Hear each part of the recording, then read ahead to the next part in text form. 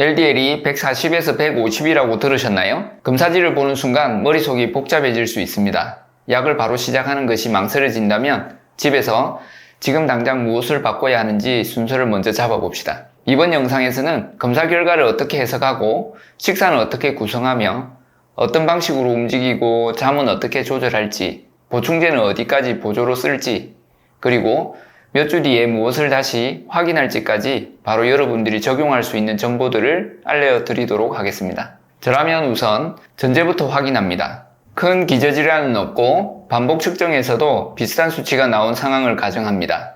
다만 LDL이 190 이상이거나 가족력으로 젊은 나이에 심근경색이 있었거나 흡연, 당뇨, 고혈압 같은 위험 요인이 여러 개 겹친다면 약물 치료가 우선일 수 있습니다. 그 경우는 예외로 두고 오늘은 생활로 교정 가능한 경우에 집중하겠습니다. 핵심은 숫자만 낮추려 하지 말고 왜 높아졌는지를 찾는 것입니다. 비교적 젊은 층에서는 인슐린 저항성이 함께 존재하는 경우가 흔합니다. 이 부분을 정확히 파악하면 실행 방향이 명확해집니다. 검사부터 정리하겠습니다. 공복 혈당만으로는 부족합니다. 같은 날 공복 인슐린을 함께 측정해 호마IR을 계산합니다. 계산식은 공복 인슐린 곱하기 공복 혈당 나누기 405입니다. 값이 1에 가까울수록 좋고 2를 넘기면 인슐린 저항성 가능성을 진지하게 봅니다. 예를 들어 혈당 100, 인슐린 10이면 10 곱하기 100 나누기 405로 약 2.5가 나옵니다. 허리 둘레, 체중, 체지방률이 함께 내려가면 대사 환경이 개선되는 신호로 보겠습니다. 지질 검사에서도 초점을 분명히 합니다. 총 콜레스테롤보다 non-HDL 콜레스테롤이 죽상경화 위험과 더 밀접하고 중성지방이 높고 HDL이 낮으면 인슐린 저항성 쪽 신호가 강합니다. TG-HDL 비율이 남성은 3.5 이상, 여성은 2.5 이상이면 인슐린 저항성의 가능성이 높아집니다. 반대로 중성지방이 안정되고 HDL이 회복되면 전반적인 방향이 좋아지는 것으로 해석합니다. 식사는 구조를 단순하게 가져갑니다.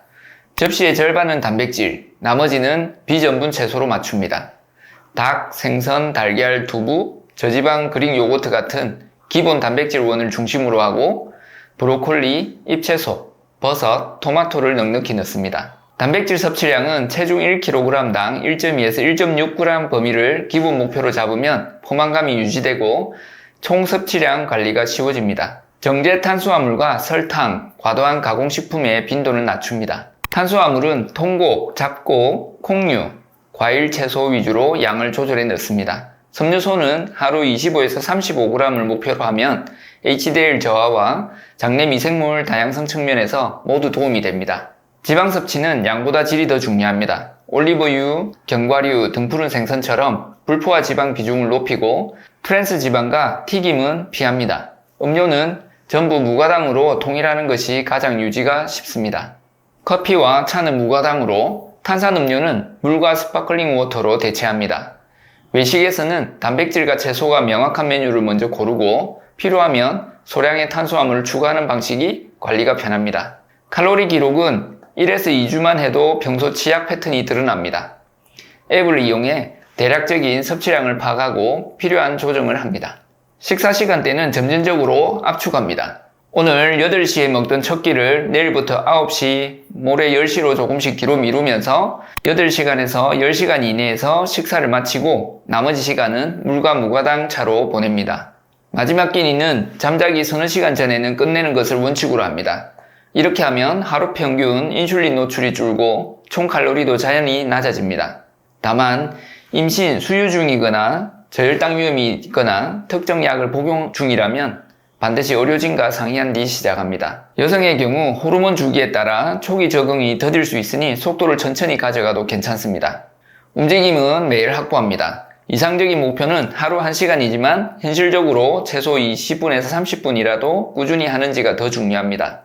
식사 후 10에서 20분의 걷기는 혈당과 중성지방 반응을 낮추는 데 특히 유용합니다. 출퇴근에 계단을 사용하고 통화는 서서 하며 점심과 저녁 사이에 짧은 근력 세트를 끼워 넣으면 총 운동량을 크게 올릴 수 있습니다. 주 2회 이상은 근력 운동으로 하체, 등, 가슴 같은 큰 근육을 자극합니다. 집에서는 스쿼트, 푸시업, 플랭크 같은 체중 운동으로 시작하고 헬스장에서는 상하체를 번갈아 훈련합니다. 무게는 8에서 12회가 간신히 가능한 수준으로 맞추고 세트를 정리합니다. 유산소는 빠르게 걷거나 실내 자전거처럼 접근성이 높은 것으로 꾸준히 이어가면 충분합니다. 수면과 스트레스 관리도 치료의 일부로 봅니다. 수면은 6.5에서 8시간 범위를 목표로 하고 매일 같은 시간에 자고 일어나는 것을 기본 규칙으로 둡니다. 아침 햇빛 노출, 저녁 카페인과 알코올 최소화, 취침 1시간 전 화면 사용 중단 같은 단순한 조치가 실제 수면질을 끌어올립니다. 스트레스는 수치로 잡히지 않지만 대사에 직접적인 영향을 줍니다.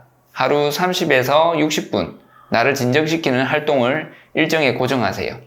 가벼운 명상, 호흡 운동, 산책, 짧은 근력 세트가 모두 도움이 됩니다. 가능하면 2에서 4주 동안은 음주를 쉬는 것을 권합니다. 알코올은 중성지방을 올리고 수면 구조를 흐트려 초기 개선 속도를 떨어뜨립니다.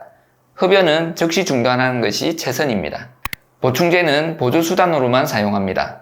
오메가3 지방산은 중성지방과 염증 표지 개선에 도움이 될 수 있고 식물성 스테롤과 점성 섬유는 장내 콜레스테롤 제흡수를 줄이는 방식으로 작동합니다.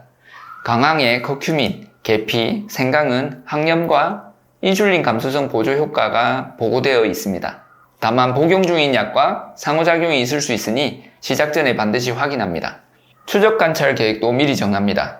8에서 12주를 한 사이클로 잡고 허리 둘레와 체중, 중성지방, 공복혈당 변화를 먼저 확인합니다. 그 다음 LDL과 non-HDL까지 확인합니다.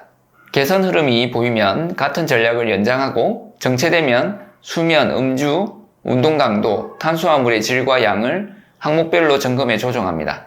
결론은 간단합니다. 목표는 약을 피하는 것이 아니라 약이 필요하지 않은 상태에 가까워지는 것입니다.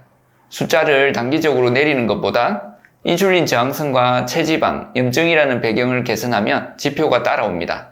오늘 말씀드린 순서를 본인 속도에 맞춰 현실적으로 시작해보세요. 작은 변화를 8에서 12주 이어가면 데이터로 확인할 수 있는 변화가 생깁니다. 그때 담당의와 차분히 다시 상의하면 됩니다. 지금 결심이 첫 번째 치료입니다. 영상 시청해주셔서 감사합니다.